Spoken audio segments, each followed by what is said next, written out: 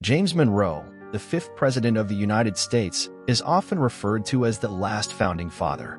His life and political career spanned the tumultuous early years of the United States, from the American Revolution to the era of good feelings. A soldier, diplomat, and statesman, Monroe played a crucial role in shaping the nation and its foreign policy during a period of profound change and expansion. This biography will delve into the life and legacy of James Monroe, highlighting his contributions to American history. Early life and education.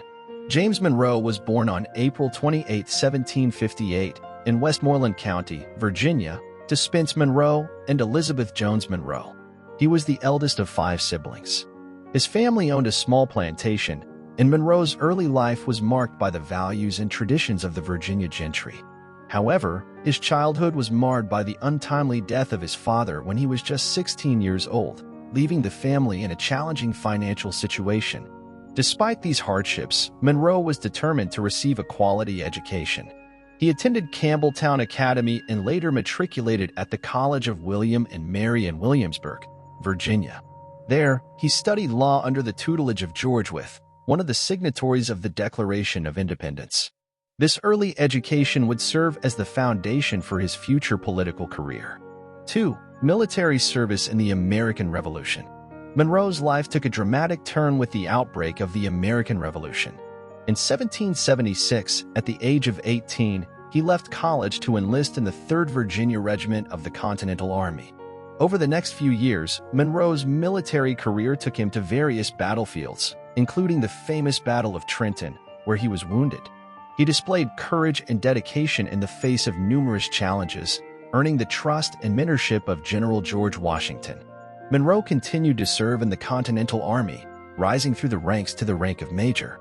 His service in the war instilled in him a deep commitment to the cause of American independence and a sense of duty to his country. 3. Early political career. After the American Revolution, Monroe returned to Virginia and resumed his legal studies. He quickly became involved in local and state politics. In 1782, he was elected to the Virginia House of Delegates and later served in the Continental Congress. During his time in Congress, he championed the cause of veterans and pushed for a stronger national government, foreshadowing his future political positions. In 1786, Monroe married Elizabeth Cartwright, and the couple would have 2 daughters. His marriage to Elizabeth provided him with a stable personal life, while his political career continued to rise. In 1788, he played a prominent role in the Virginia Ratifying Convention, advocating for the adoption of the United States Constitution. However, he also joined the anti-federalist camp in advocating for a Bill of Rights to protect individual liberties. 4. Minister to France. In 1794, James Monroe was appointed as the United States Minister to France, a crucial diplomatic post at the time. His tenure in France was marked by the tumultuous events of the French Revolution. Monroe witnessed the fall of the French monarchy, the rise of the radical Jacobins, and the Reign of Terror. Throughout this period, he navigated the complex and shifting politics of revolutionary France while striving to protect American interests and maintain diplomatic relations. One of Monroe's significant achievements during his time in France was the negotiation of the Monroe-Pinckney Treaty with Britain. While the treaty failed to gain the necessary ratification in the United States, it reflected his dedication to securing American rights on the world stage. Monroe's diplomatic service in France, coupled with his previous experiences during the American Revolution, provided him with invaluable insights into international relations and the importance of a strong national government. Louisiana Purchase negotiations. In 1803, Monroe returned to the United States and was appointed as the U.S. Minister to Spain. However, his diplomatic skills and expertise would soon be put to use in a different capacity. President Thomas Jefferson tapped Monroe and Robert Livingston to negotiate the purchase of New Orleans and the Floridas from France. Little did they know that their negotiations would result in one of the most significant land acquisitions in American history, the Louisiana Purchase. In 1803, Monroe and Livingston successfully negotiated the purchase of the entire Louisiana Territory from France, doubling the size of the United States. This acquisition not only expanded the nation's territory but also provided vast resources and economic opportunities. Monroe's role in the Louisiana Purchase solidified his reputation as a skilled diplomat and public servant. 6. Governor of Virginia and Secretary of State. Following the successful Louisiana Purchase negotiations, Monroe returned to domestic politics. He was elected as the governor of Virginia in 1811 and played a crucial role in preparing the state for the impending War of 1812 against Britain. His leadership during this turbulent period in American history showcased his ability to manage crises and make difficult decisions. In 1811, President James Madison appointed Monroe as the Secretary of State. In this role, he played a central part in shaping American foreign policy during the War of 1812. Monroe was a staunch advocate for a strong national defense and was instrumental in formulating the policies that led to the war. His service as Secretary of State during this pivotal period marked his deep commitment to American sovereignty and national interests. 7. The War of 1812. The War of 1812, often referred to as the Second War for American Independence, was a significant test for the young republic. James Monroe, who had witnessed the struggles of the American Revolution, was determined to protect the nation's sovereignty and honor in the face of British provocations. As Secretary of State, he played a vital role in the events leading up to the war and the subsequent conflict. One of the war's notable moments was the capture and burning of Washington, D.C., by British forces in 1814. Monroe, who also served as Secretary of War during this time, worked tirelessly to rally the nation's defenses and support the American military. Despite these challenges, the war ended in 1815 with the signing of the Treaty of Ghent, which restored peace and the status quo.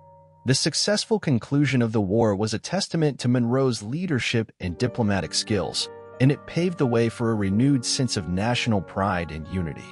8. The Monroe Doctrine. One of James Monroe's most enduring legacies is the Monroe Doctrine. Enunciated in his annual message to Congress in 1823, the doctrine articulated a clear and assertive stance on American foreign policy. It declared that the Western Hemisphere was no longer open to colonization by European powers, and that any attempts to do so would be seen as a threat to the United States. The Monroe Doctrine was a bold assertion of American power and influence in the Western Hemisphere. It reflected Monroe's vision of the United States as a key player on the world stage and his commitment to preventing European interference in the Americas. The doctrine would shape U.S. foreign policy for decades to come and is considered one of the foundational principles of American diplomacy. 9. The Era of Good Feelings. James Monroe's presidency, which began in 1817, is often associated with the Era of Good Feelings. This period was marked by a relative absence of partisan strife, as the Federalist Party declined in influence, leaving the Democratic-Republican Party dominant. Monroe's presidency was characterized by a sense of national unity and a focus on internal improvements and westward expansion. During his 2 terms in office, Monroe worked towards national unity and the promotion of economic growth. His presidency saw the acquisition of Florida from Spain and the formulation of the Missouri Compromise, which aimed to maintain a balance between slave and free states. He also embarked on a tour of the country, known as the Goodwill Tour, where he sought to reinforce the unity of the nation. Legacy in later years. James Monroe's life and career were marked by dedicated service to his country. His legacy as a president, diplomat, and statesman continues to influence American history. After leaving office, Monroe retired to his estate in Virginia. He faced financial difficulties in his later years, but continued to be revered as a respected elder statesman. James Monroe passed away on July 4, 1831, exactly 5 years after the deaths of Thomas Jefferson and John Adams. His death marked the end of an era, as the last of the Founding Fathers had departed. Monroe's contributions to the nation, from his military service to his presidency and foreign policy initiatives, solidified his place in American history as a pivotal figure in the early development of the United States. Conclusion. James Monroe's life and career encapsulate the spirit of the early American Republic. From his beginnings in the struggle for independence to his leadership during a period of territorial expansion and diplomatic challenges, Monroe left an indelible mark on the nation.